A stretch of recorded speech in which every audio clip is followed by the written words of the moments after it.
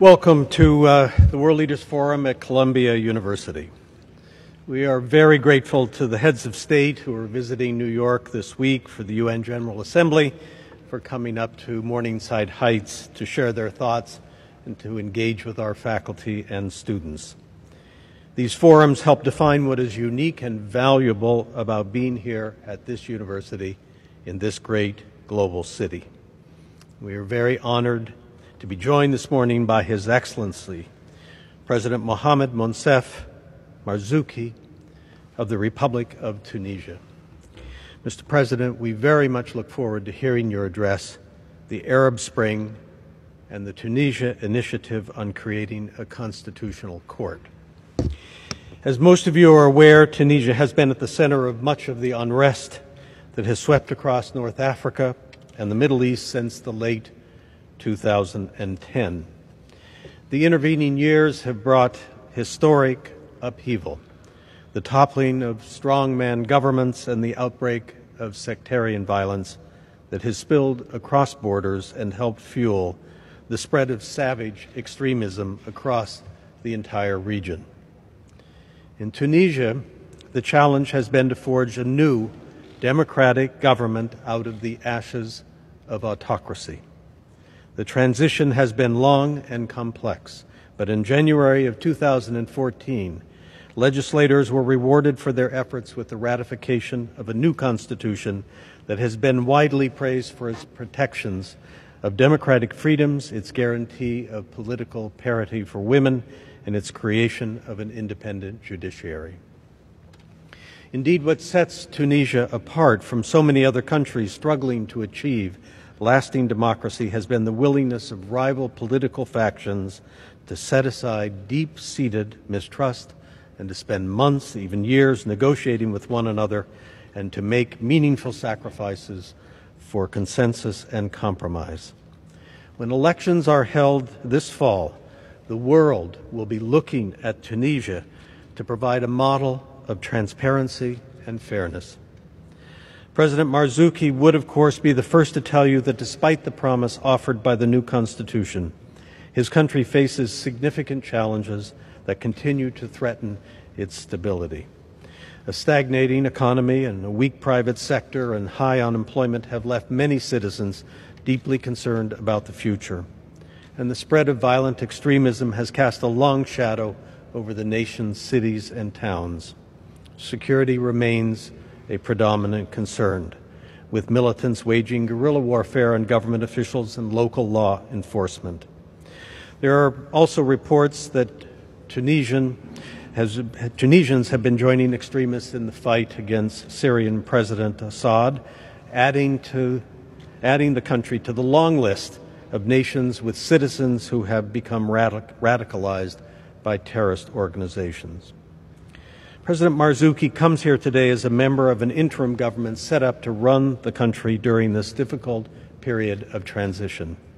An accomplished physician, he has spent much of his life in exile for his and his family's opposition to the authoritarian regimes that governed Tunisia for more than 50 years. Before his return and subsequent election in 2011, he was imprisoned for a time as a dissident and served as the founder and leader of several human rights organizations. I'm going to turn the podium over to our guest in a few moments, but before I do, I would like to say a few words about Columbia and our important ties with Tunisia as a subject of important academic examination. There is, of course, a wide array of courses that explore Tunisian politics and culture in subjects ranging from history and literature to journalism and urban studies. We have faculty and students performing research and engaging in on-the-ground work, a group of business school students who met with executives in Tunis, and scientists studying the historic drought in North Africa. We have invited President Marzouki here today because we understand that the stakes are very high during this signal moment in his country's history. And we value our position here at Columbia as a place where men and women involved in meeting the major challenges of this century come to discuss and debate them. Please join me in welcoming President Marzouki to Columbia University.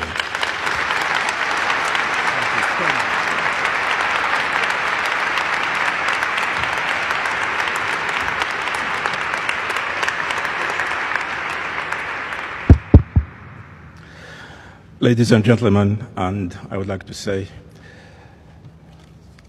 that I'm really very honored to be here in this prestigious university.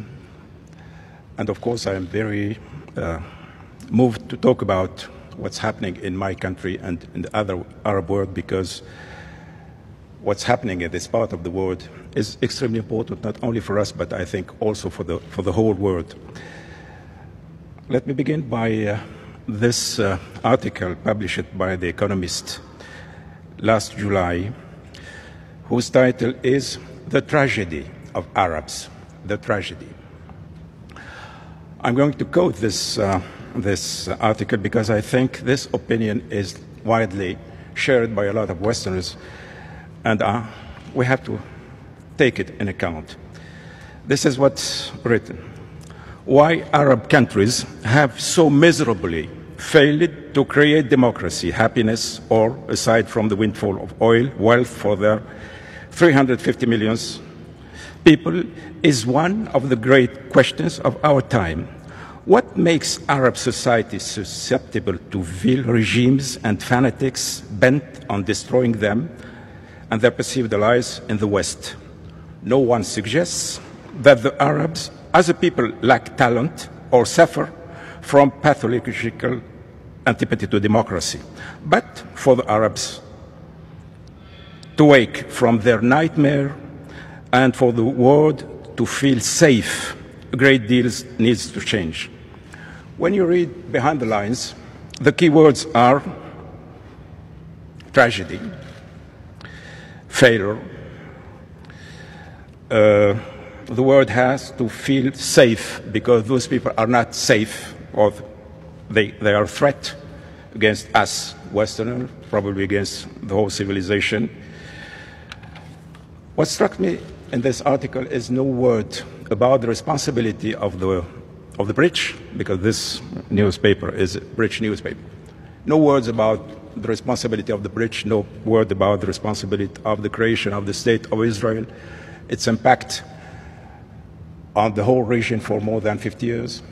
No word about the responsibility of the West in promoting and supporting harsh, corrupted dictatorship. No word about the responsibility of the... I'm not dismissing our responsibility. This is not my objective. Of course, we have our own responsibility, but it's honest to say that there is also the responsibility of other actors. And when you read behind the lines, you feel, look, when he says no one suggests that the Arabs are people lack talent or suffer, no one suggests, but in fact, when you read it, it means that you can be sure that Arabs are people. I'm not here also trying to look like a, victim of paranoia or so forth, but I have suffered my whole life by this racist point of view that Arabs are people lacking talent or suffering from antipathy to democracy and so forth.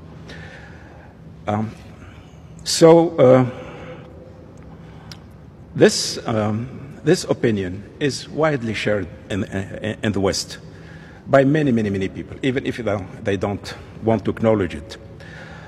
But sometimes you find that some writers or journalists are more honest than this one to accept that there is a part, the West has its own responsibility in this tragedy of Arabs. Something more sophisticated you can read, and I read last week in the New York Times by Thomas Friedman. It's September 18th. This is what I quote once again. For years, the United States has played the role of central bank of Middle East stability, just as the European Central Bank funding delays the day that France has to go through structural reform. The key word here is stability, because for the West, the only thing that matters is stability. And I can understand that the word stability, even now, is a magic word. It means peace, it means order, it means good business, and so forth.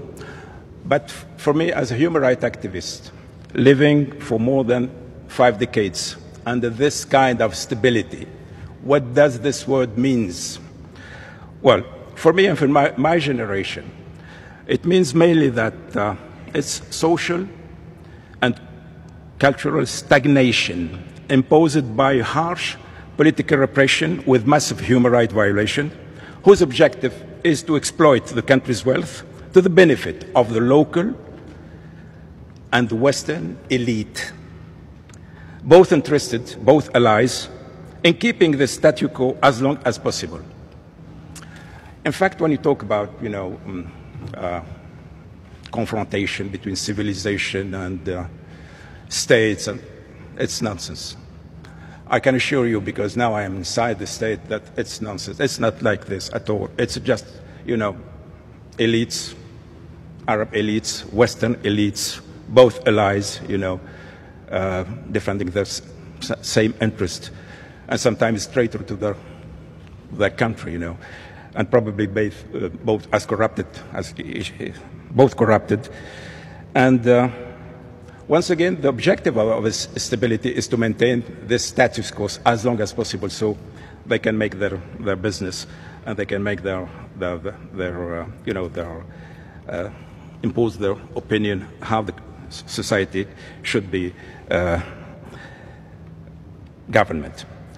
The problem is that this kind of stability never lasts, and then you have the Arab Spring, the so-called Arab Spring, because I would like to, to reconsider the word Arab Spring, because it means nothing. When you think to spring, of course, you think about cherry blossoms, birds singing, peace, serenity. It's not at all what happened in the Arab world. I would compare it to I would rather talk about an Arab volcano or an Arab earthquake. Arab volcano would be more suitable, because it's really much more what happens in the Arab world from December 17th, 2010, date of the outbreak of the Tunisian revolution, and the extension to Libya, Egypt, Syria, and Yemen is very far away from this idyllic or romantic image of spring. We should talk of Arab volcano as in a volcano. It's violent. We have violent explosion with rumbles, toxic fumes, dead, injured people, chaos, and so forth. This is exactly what happened in our region, and this is what is going on. The volcano, the Arab volcano, is still erupting, and I think for a while, maybe for 2 or 3 decades. This must be understood. Well, if we try to, I'm going to talk about from my position as political actor and also as an intellectual. What does it mean, all this eruption?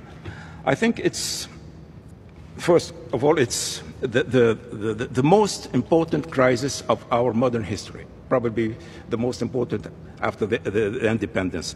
And it's a huge crisis. You have now, in this world, 300 or about 400 million people now living in the deepest crisis in their history.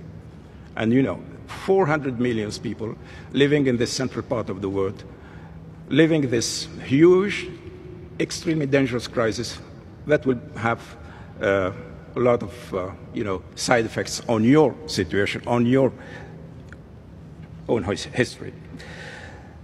And this crisis is probably the deepest. Why? Because it's a comprehensive crisis. It's the crisis of the state. It's the crisis of the society. It's the crisis of Islam. It's the crisis of everything. It's the crisis of the first. Let's begin with the crisis of the state. The state in the Arab country has been always hated, despised, feared, mainly feared, Currently now, after this eruption, the state is no longer feared, no longer accepted, mainly the state has now, the crisis of the state is to find a new relationship to citizens. And this is the first time in our history that the state is so weak. The state has been weakened by the revolution, and nobody now in Tunisia or elsewhere, even in Egypt, even in Iraq, even everywhere, the state is no longer feared.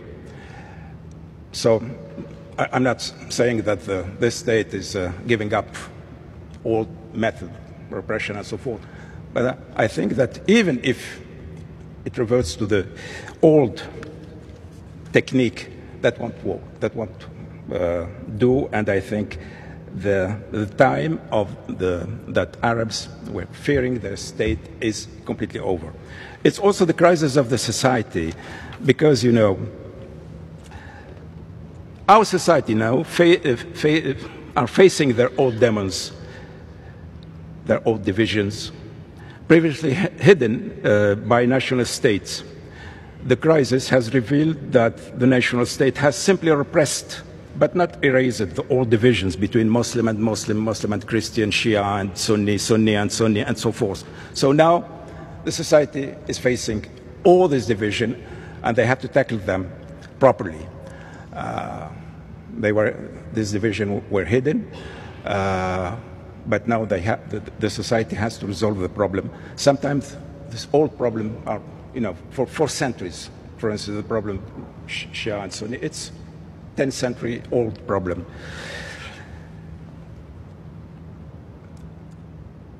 And it's also the crisis of Islam, because Islam is splitting now in a lot of Islams. You know, people still think about the Islamists as a whole, but in fact, its wide range spectrum is extremely wide, and it's now widening.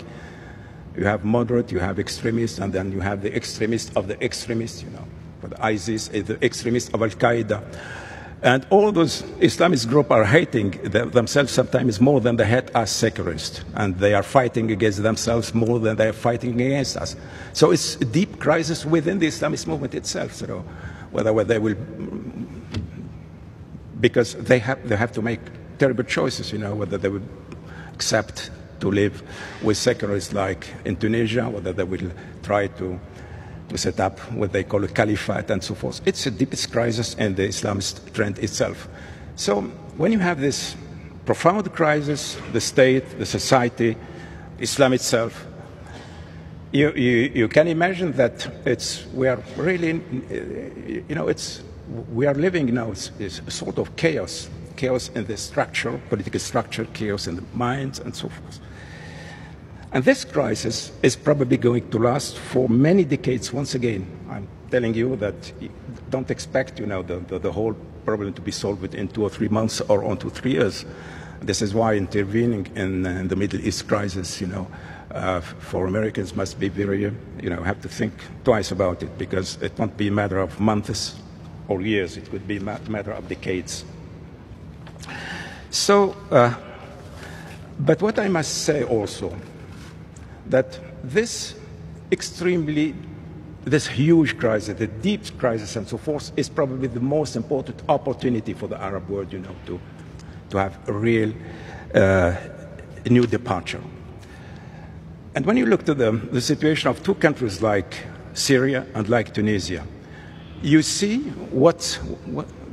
how different is the outcome from one country to another. Because, you know, when people think about the Arab world, they think that the Arab world is also a wide spectrum, and the situations are extremely different. The countries are extremely different. This is why the outcome of this eruption is extremely different. When you see what's happening in Syria, you have the chaos. You have this chaos, and I'm afraid I like very much this country. I have been many times in Syria. It's one of the most civilized Arab country, and I'm extremely unhappy, extremely sad, you know, to see what's happening in this country. Very old country, sophisticated country, civilized country, and so forth.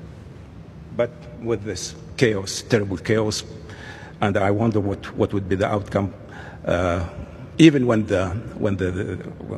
this war is over. So the outcome, the volcano in this part of the world is destroying the country, destroying the state, destroying the society, and so forth. And it will take time, decades and decades to reconstruct all this. But in Tunisia, the situation is extremely different. This volcano, this eruption, has given us in Tunisia the opportunity to reconstruct our society on solid ground. And I'm very proud to say that we did well. You probably know that during the last 3 years, we didn't have a civil war like in other countries. You probably know that we have a written constitution, and we are very proud of this constitution. It's the best, one of the best constitutions I can say in the world. Defending, promoting human rights, gender equality, freedom of expression, and so forth, freedom of conscience, etc., etc. And it was not easy, to reach consensus about this constitution when you have a divided society with an important part of it is secularist and the other part is Islamist. And I'm very proud because not only because of the text, but because the way we wrote it. We have had discussion. Thousands and thousands of Tunisians have discussed the text and have adopted it. So we can say that in Tunisia, contrary to what happened in countries like Yemen or Syria and so forth, this Arab Spring has been our opportunity to reconstruct real democracy. Now we are going to have elections in 2 months' time. I think this election will be also one of the best in our history.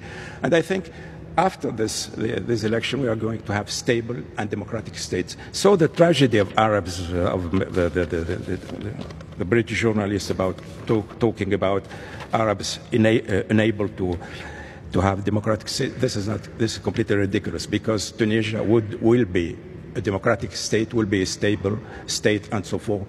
And in Tunisia, human rights would be protected, gender equality would be protected, and so forth.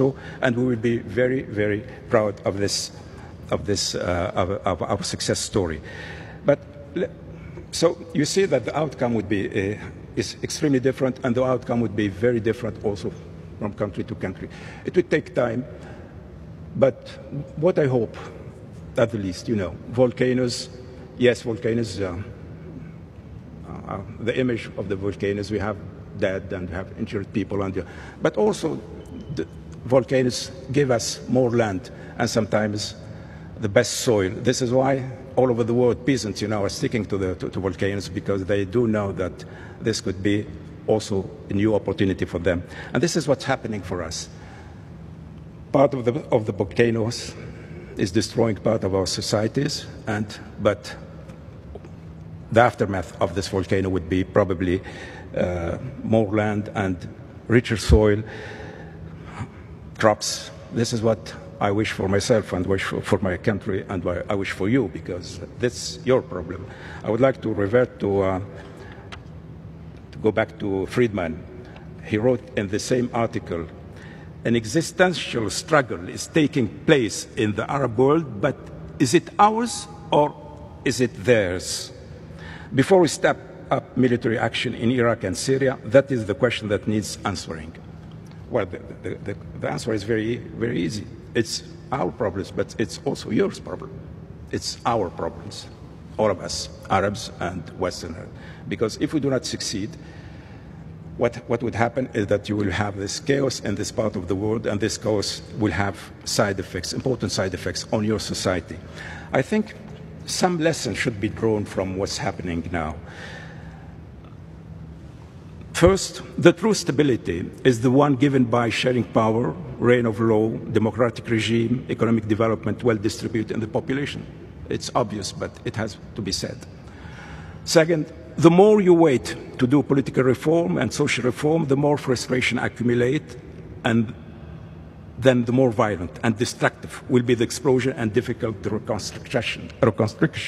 This is what should be taken in account by some Arab leaders. We still think that, look, I'm going to avoid what happened in Tunisia. No, they won't avoid it, because all the Arab people now want freedom, want more social justice, and so forth. So the more you wait, the more the explosion would be violent. And then the local elite and their Western allies, if they do not want more revolution, should stop, this false reform and have the courage and the intelligence to do the real ones, because this will cost them much less than the inevitable revolution.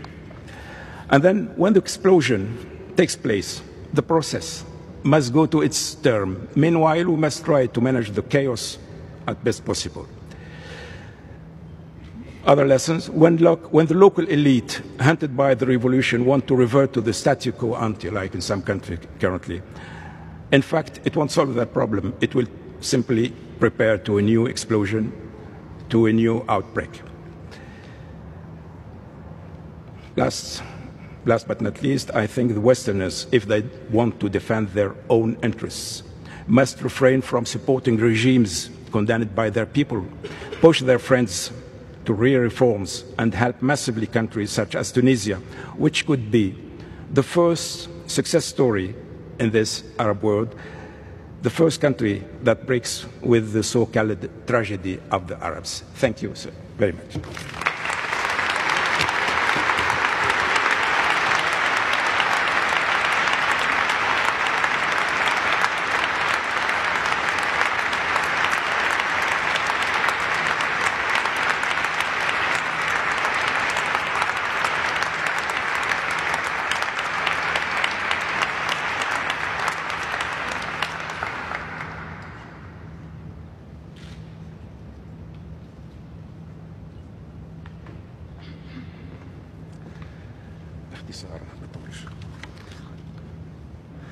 Mr. President, Excellencies, I will say a few words on the Tunisian initiative for the establishment of an international constitutional court.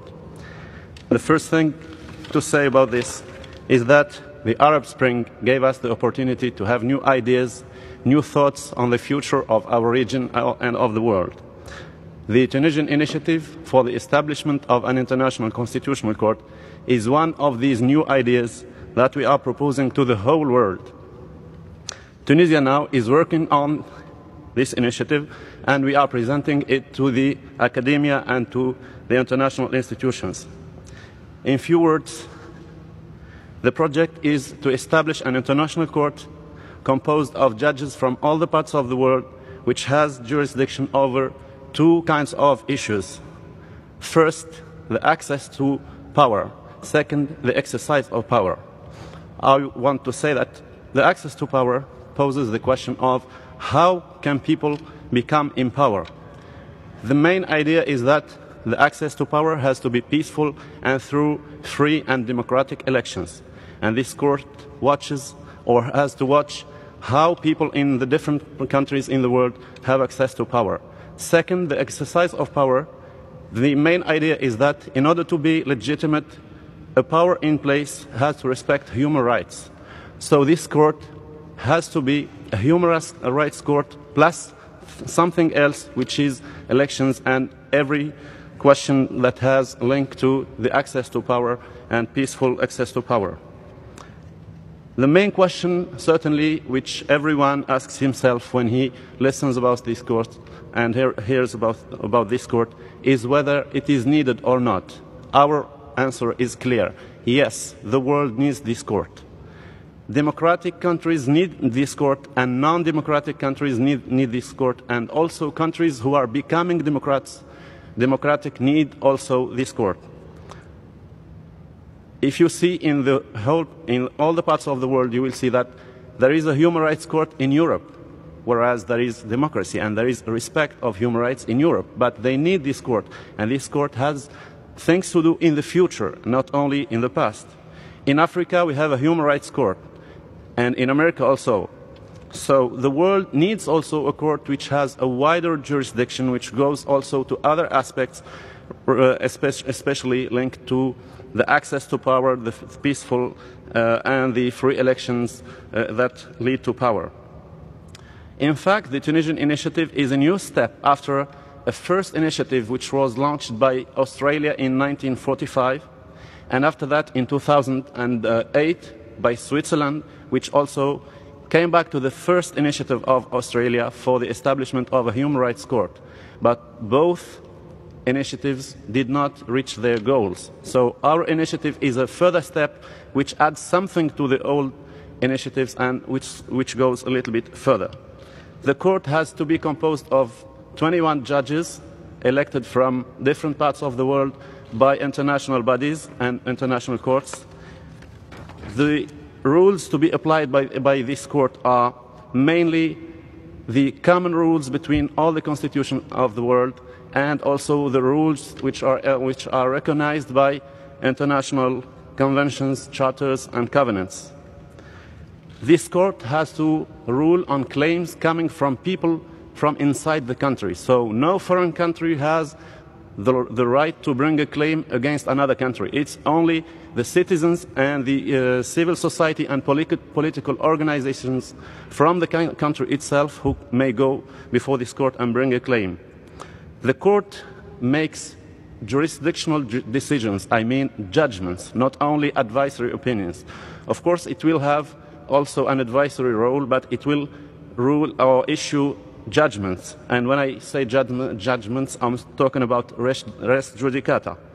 The court can also give advisory opinions to countries when they request it, and the judgments will not be enforceable as state court judgments. In fact, the court only gives the judgment, and the execution of the judgment will be another thing. It will not mainly be executed by force.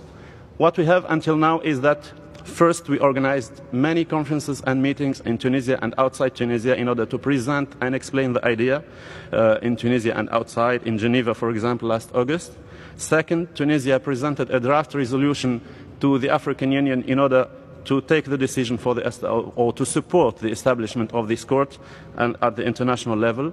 And now the current step is that we are going to request to the UN Secretary General to submit this issue to the International Law Commission of the United Nations in order to be studied by the Commission, and after that to come back to the General Assembly for final vote.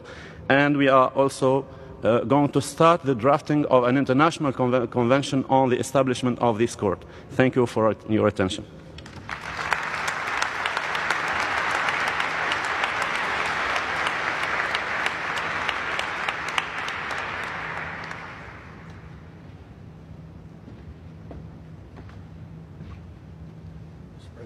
Can you take a few questions? Yes. So you come up here.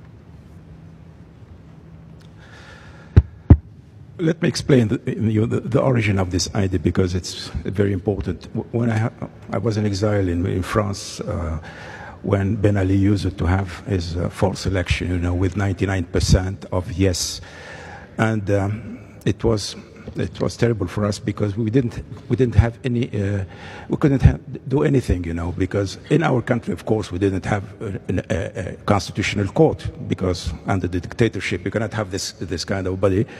And we cannot complain to any international body because everybody would say, look, it's your business, it's not ours.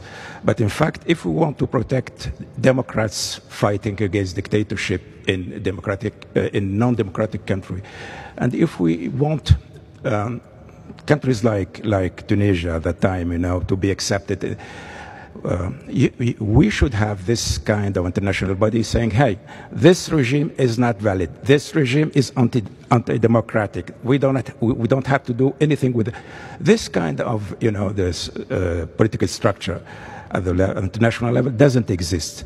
And this is why our participation as Tunisian, as Arabs, to promote democracy in the world is to fight for this new body. And I'm quite sure that we're going to have a lot of difficulty or a lot of problems because many states are not interested in having this court. But I'm going to fight the rest of my life for having this court because I'm deeply convinced that this would shorten the life of non-democratic regime, and this would help promote democracy. This is many people think that democracy is, okay, it's forever, even in this country or in Western country. I don't believe that. I do believe that democracy is still threatened everywhere, and then if we don't fight for it, where it is, and if we don't fight for, to promote it where it is not, I'm sure that with the numerous crises we are going to face, the comeback of populist parties in Europe, racist parties all over the world, extremists, Islamist extremists, Hindu extremists, Jewish extremists, Christian extremists, and so forth. The democracy is really threatened, and we have to keep this idea in mind. Otherwise, we would be very, very naive. Thank you. Mr. President, Mr. President, thank you very much for speaking to us and to doing so in such a heartfelt and serious and meaningful way. And so I want to begin that. People can line up for questions. We have time for a few questions. Let me begin with a question for you. It seems to me that what you have done is to ask us to really rebalance our perspective on what is happening in the Arab world and to accept responsibility for this and to understand it better and to participate with you in trying to make the very best of this, as you are trying to do. Could you say what it is, if the rest of the world and the West in particular, of Europe and the United States, if we were to embrace a proper perspective on what is happening and to realize the importance of what is happening in Tunisia, what over the next few years would you ask of these countries and regions to do to help ensure the success of Tunisia and the broader Arab world? Three, I think. First, help Tunisia, because Tunisia, I'm not only speaking because it's my country. It's my country, and I'm proud of it, and I have to defend it. But I do think, as an Arab intellectual, that Tunisia should be a success story, and then you have to defend Tunisia, first of all, in helping Tunisia to improve its economy, because once again, the revolution, it's not only because lack of freedoms, it's also because poverty.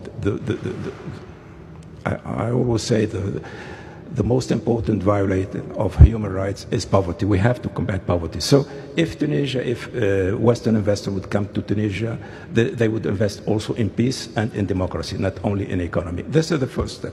The second is, to put the pressure on some countries where they didn't have this volcano, the eruption of this volcano, where they think naively that it won't happen. That if they have good, if the repression is more accurate and so forth, they would prevent. I'm quite sure that this is not true. So the United States has a lot of influence on many Arab countries. They have to push them to make the real reform, not that means to share power, that means to, for some countries, for instance, I think that the political prisoner should be released, and freedoms should be restored, and there the United States could play an important role. And of course, unfortunately, we are facing also terrorist threat. Then we would need also to face this terrorist threat together. But once again, the terrorist threat, Al-Qaeda and the ISIS and so forth, it's not just a military problem. It's not just a problem of fighting this violence by violence. It's going to the roots of the problem, and the roots of problems, once again, sharing power, social and economic development, freedoms, and stable society. This is the. If we do not address the roots of the problem, I can assure you that we are going to nurturing ISIS, and the ISIS would overcome, because ISIS is the reason of the success of ISIS are still there. This should be taken in account. Thank you very much. So let's keep questions short because we're a little over time, and I think it might be best to take 3 questions, and then the President can answer them together, perhaps. Would you please begin? President Marzouki, my name is Michael, and I want to thank you on behalf of the Undergraduate Committee for Global Thought at the university. What I would like to ask is, with the November presidential elections coming up in Tunisia, whether or not you are planning on running for another term, and if you are, why there has been a certain air of mystery about your intentions in the general field of presidential candidates in this very important election. Thank you very much. Next. Hey, thank you again. It's an honor to have you speak here. You talked about the influence of elites in both the West and in Tunisia, and I'm wondering what you hope that Tunisia would plan on enacting in order to limit that influence, and what you could learn from the struggles of the United States in curbing elite influence. Next. And we'll do one more, so we'll have four to go. Thank you very much for being here, President Marzouki. I'm Rachel Mayer from the Institute for the Study of Human Rights, and my question actually concerns the court and its implementation, its jurisdiction, and how the court can actually have an effect and hold all of the leaders, as said, accountable. Thank you very much. Next. Hi, my name is Khalid and I'm from Yemen. Initially, we welcomed the Arab Spring, and as a matter of fact, we mobilized the community here in the USA to rallies and do their part. Unfortunately, the country has fallen into the abyss and is becoming the next Somalia. What's the role of the international community, especially developing countries, in helping stabilize these countries, such as Yemen? So we have 4 questions. Are you running? Yes. Secondly, yes, I am. Yes, I am. Because I think, I may be mistaken, but I think that, you know, it's this election are probably the last battle between the revolution and the counter-revolution, because we see that the old system is coming back. And Tunisians are very much afraid of the old system coming back. It's extremely amazing to see that the people who have been all their life against democracy now are enjoying the fact that we're a democratic country to run, probably once again to go back to the dictatorship. And this is why I feel that it's my responsibility, to stop them. Now, what we can learn from the U.S., I must say that, yes, we have suffered as human rights activists for 2 decades to see that the Western government were supporting our dictatorship because of this famous research of stability and so forth. But I must say that we have been also extremely helped by human rights organizations from the United States, from Europe. And the most important thing I have discovered at the time that states are allies, but also civil societies are allies. And I was deeply, how I would say, encouraged. We all the militants, all the human rights activists in the Arab world and Tunisia, we have been supported by human rights activists in the United States and in France, in Switzerland, everywhere. And so now I think we have to go further, to improve this relationship, this work between civil society. This would be probably the most important thing that we have to do. It's strange because I'm talking as half of my brain as president and half of my brain as a former president of Human Rights League. But I'm still, I do believe that if we want to avoid this confrontation, so-called confrontation between civilization or states, etc., we have to improve the relationship between civil society.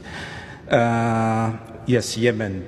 It's very, very sad to see the current situation in Yemen. But as I told you, it's when you have this eruption of volcano, the process has to go. You cannot say when a volcano is going to erupt, and you cannot say when the volcano is going to stop eruption. I wouldn't say you have to wait, but the process has to go to its end. And I'm deeply convinced that in Yemen, in Syria, and so forth, I wouldn't say we were going to have a happy end, but we have to go through the whole process. We have to pay the price. Many countries have pay the price, Russia, United States. Every country has its own period of history where it has to pay a heavy price. We're going to pay a heavy price, but if we want to become a stable, free society, we have to go through the whole process. Now, for the moment, of course, I am a politician. I am dealing with the situation in Libya. We have the same problems in Yemen. We have to keep the country together, to promote discussion between the political actors, to improve the condition of, etc., etc. So please don't despair of your country. Be sure that at the end, as I told you, the volcano would give you more land and richer soil. About the court jurisdiction, I would like to, perhaps my legal advisor would be much more coming to answer.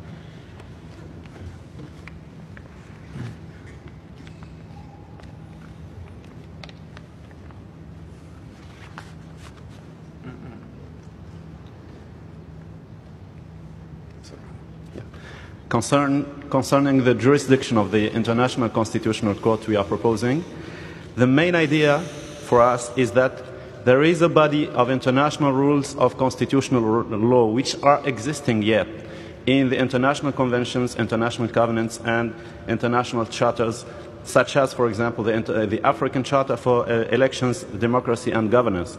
So these rules are existing, and these rules have two main domains. First, elections as a means to access to power. Second, human rights and the respect of human rights. So the claims which have to be brought before the court are claims which are in relationship with these two kinds of issues. And I will remark also that the court has or will have jurisdiction over these issues, whether the problem is about a law which was enacted in the country or about a practice, whereas maybe in a country you may have the best laws in the world, but the bad practices or anti-democratic practices. So if you are claiming about a law or about a practice which is against the democratic principles, the court will, inshallah, have jurisdiction over these issues. Inshallah. Thank you. Any more questions? Mr. President, we don't want to let you go, and that was a model of 4 questions in a row and a model of answers to every one of them. Let's see if we can repeat that and do 4 more, and then I think we'll have to call it. Good morning, Mr. President. My name is Mihua Saunders, and my question is, charters on human rights are traditionally seen as largely symbolic. In looking at the implementation of this constitutional court, I'm wondering what are the bodies of enforcement that Tunisia is proposing to ensure that human rights violations at most are not violated? Thank you. Next. When I was in Tunisia this summer, I definitely encountered the peaceful nature of the society and the people, especially in comparison to the more militarized neighbors like Libya and Algeria. And so my question is, despite that Tunisia definitely faces serious security problems like the attacks last July on the military, and so in terms of direct assistance from the West and partnership with the United States, does Tunisia desire to work on the security and military side of the West, or more stick to other domains such as education and the economy? Thank you. Next. Mr. President, Tunisia revolution inspired many countries such as mine, Chile, where there's been a lot of questioning of the constitution we have that was written under a US-supported dictatorship on the 80s that has given stability to the country to the past 30 years. But then it divides people because it was unlawful. So the question is, do you think that the great changes that Tunisia is facing today could have been possible without a revolution of that 99 non-elite percent of the people? And if so, what would be the role of that people in a country, if not a revolution? Thank you. Thank you. And the last question. Bonjour, Monsieur le Président. Thank you for speaking to us this morning. I'd like to know what your relationship with the Saudi government is these days in light of the asylum that Ben Ali is currently enjoying in Saudi Arabia, he and his wife. Are you still seeking to extradite him back to Tunisia to face charges for his crimes? Thank you. Thank you. Mr. President. Well, I'll begin to answer the last question. I will give you my opinion behind closed door if you want. Now, whether for your question about revolution, yes, Tunisia is. I don't think we could get rid of the dictatorship without a revolution. But you know, the kind of regime we have had we still have in some part of the Arab world. You know, those regimes are sticking to them. You cannot imagine, even if you are a Chilean, you know, the level of violation of human rights. You cannot understand the violence in Syria currently if you do not understand the level of violence by the regime for more than 50 years. It was the most terrible regime of the world, and this regime was accepted by the international community. I'm very, very sad for the Syrian people, because first, once again, the civilized people, this good people, the good nation, etc., has to accept this kind of regime for more than 50 years, and now the price they're giving to get rid of it is extremely high. It's terribly high. It's unimaginable. In Tunisia, for instance, we were lucky because from the beginning I used to say we can get rid of our dictatorship by a peaceful revolution. This is exactly what happened. You know, in Tunisia we have had something like 300 martyrs and 2,000 wounded. When you compare it to the thousands of people dead and millions of refugees in Syria, you see the difference of the cost. So once again, when you have, because of the violence of the regimes, because of the level of their corruption, the Arab people, they don't have the choice. They have to get rid of this dictatorship, whether by a peaceful revolution or by violent revolution. But they will go, though. I don't think that the corrupted elite, because when you talk about dictatorship, you talk about corrupted elite, you know, using the state for their own purpose. This is the real situation.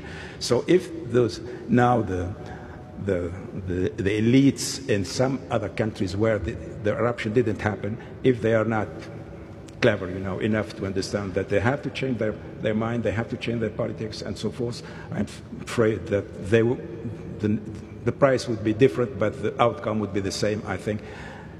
But the problem is, after the revolution, whether it will be a chaos or democracy, this would be different from one country to another. And about what are you expecting from the United States? Yes, we're having a lot of challenges at the same time: security challenges, economic challenges, political challenges, and so forth.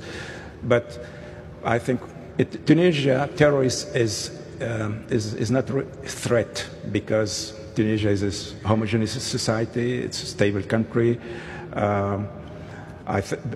Because we are also a real democracy, I don't feel that we are threatened by terrorists. But the main threat is unemployment, poverty, and so forth. Because if we don't tackle these problems, we are going to have a new revolution, a revolution within the revolution, and then this new revolution could lead to chaos. Once again, we are expecting from the United States, from the West, massive investment in Tunisia, because it will not be only investment in factories and so forth. It will be really investment in peace. And about the implementation of, you probably remember that for many decades we have asked that the criminals, are tried, and at last we have had this international criminal court. So you see that it's not only a matter of symbolic attitude or so forth. You can have some results, and I think if we can build up this constitutional court, we can have the same kind of result. But it would be difficult, and it would take time. Mr. President, thank you so much on behalf of Columbia University and all the people who are here and people who can hear you online. We are all rooting for you and supportive. Thank you so much for coming to Columbia.